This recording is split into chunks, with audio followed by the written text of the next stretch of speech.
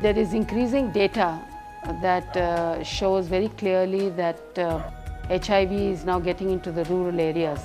In fact, it is irrefutable fact that today the epidemic is no more an urban phenomenon as it was 15 years ago. Not only is it a fact that 60% of the infections are in rural areas, but it has penetrated successfully in a lot of the rural backward areas of the country, particularly in these four high prevalent states of Maharashtra, Karnataka, Andhra Pradesh and Tamil Nadu. So the strategies naturally also have to change along with the evolution of and unfolding of the epidemic. And when we looked at this data, there were several options open as to how to deal with the rural aspect of the epidemic. One option available was to do a major, massive campaign. Another was to a behavior change through self-help group, women organizations into the community.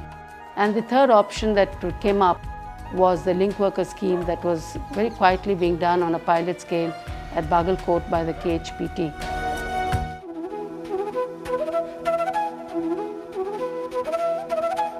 The HIV infection compared to other infections like malaria or TB or diarrhea is highly complex. It has a lot to do with having competencies and skills in trying to get these messages of HIV across to people.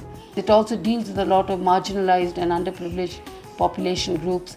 It deals with very complex behavioral patterns, and therefore it requires a lot of capacity building, not only among government employees, caregivers like doctors and nurses, but also outreach workers. So I think developing these learning sites, best practice sites, is extremely important, because these are skills and competencies that you can't really teach in a didactic manner in a classroom through, even if the modules were most beautifully written. They cannot be explained. They have to be seen, they have to be experienced, and they have to be lived through.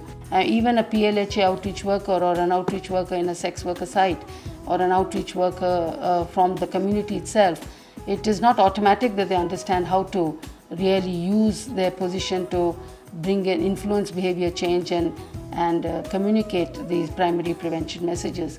So there is this huge capacity building that we need to do. I mean, ideas of link workers is a good one, but making them effective instruments of communication is another altogether. In having a learning site like Bagalkot, it would greatly facilitate the people from other parts of the country who we select as link workers to be able to come and actually visualize their own role when they go back to their communities, and how they could probably even better it when they see a learning experience. So that is what we're hoping, and this is the first step forward, and I do hope in the years to come we'll have several learning sites all through the country, because this is again so culture specific, and it's so important that every state has its own learning site very well anchored within their own contextual framework.